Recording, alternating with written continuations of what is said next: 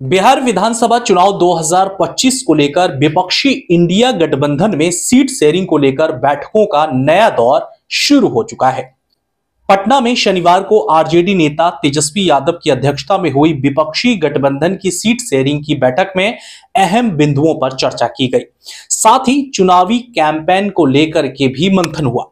हम आपको ये भी बता दें कि बिहार विधानसभा का कार्यकाल नवंबर में खत्म हो जाएगा, इसलिए अक्टूबर नवंबर के बीच राज्य में विधानसभा चुनाव होने के अनुमान है। इसके लिए जल्द ही चुनाव आयोग प्रेस कॉन्फ्रेंस भी कर सकता है। अब हम आपको बता दें कि इससे पहले सीट शेयरिंग के मुद्दे पर एनडीए और इंडिया गठबंधन में बातचीत जो है वो तेज हो गई है। अहम बात यह है कि हाल में पटना में लोकसभा में नेता विपक्ष राहुल गांधी ने अपनी वोटर अधिकार यात्रा खत्म की है, जिसका आपने तस्वीर भी देखा होगा।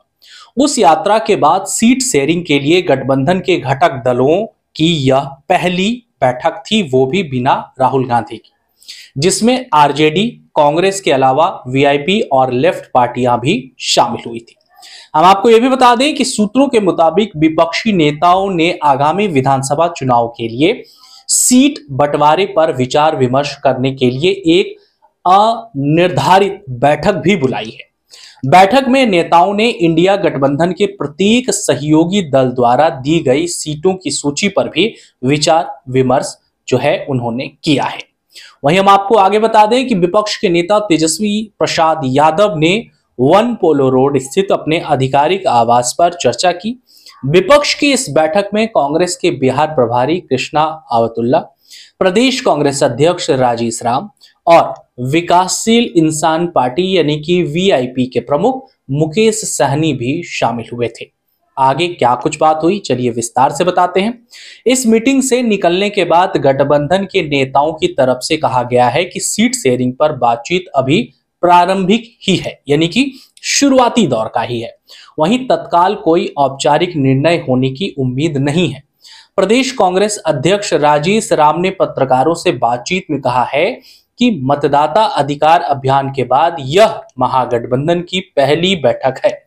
कोई भी औपचारिक परिणाम के बाद में इसे साझा किया जाएगा कि इस बैठक में क्या निष्कर्ष निकल कर सामने आए। इतना ही नहीं, प्रदेश कांग्रेस अध्यक्ष की तरफ से यह भी कहा गया है कि हम जल्द ही सकारात्मक नतीजे लेकर आएंगे। सीट बंटवारे पर हमारी बातचीत सही दिशा में आगे बढ़ रही है, ये कहना है कांग्रेस का। लेकिन अब इस पूरे मसले के बाद देखिए, जो सबसे बड़ा पेच फंसता बिहार में महागठबंधन की तरफ से आ रहा है वो यह है कि आखिर महागठबंधन का नेता कौन होगा।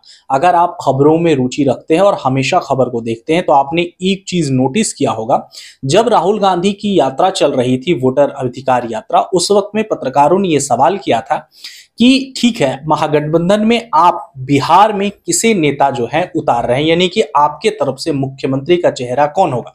हालांकि आरजेडी ने साफ कहा है कि हमारे तरफ से विपक्ष का नेता तेजस्वी होगा, लेकिन अभी भी खुले मन से महागठबंधन के नेता यह साफ नहीं कर रहे हैं कि विपक्ष में उनका नेता कौन होगा।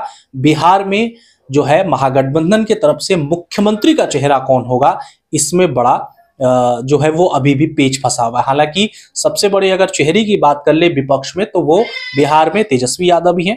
तेजस्वी यादव ही मुख्यमंत्री का चेहरा जो है वो उतार सकता है महागठबंधन, लेकिन अभी भी यह क्लियर नहीं है। तो इसके पीछे बहुत बड़ी जो एक पेच है वो भी फंसती नजर आ रही है। बैठकों का दौर लगातार चल रहा है, बैठक हो रहा है महागठबंधन में, लेकिन चेहरा कौन होगा इसमें बड़ा फेस है। अगर आप भी खबरों में रुचि रखते हैं और आप भी बिहार के राजनीति से ताल्लुक रखते हैं तो जरूर कमेंट में ये बताइए कि आपको क्या लगता है कि बिहार में इस बार किसको जो है वो मौका देना चाहिए। क्या नीतीश कुमार सही काम कर रहे हैं या फिर बदलाव की बिहार में जरूरत है। कमेंट में अपनी राय जरूर दें। मिलते हैं किसी और बड़ी खबर के साथ। नमस्कार।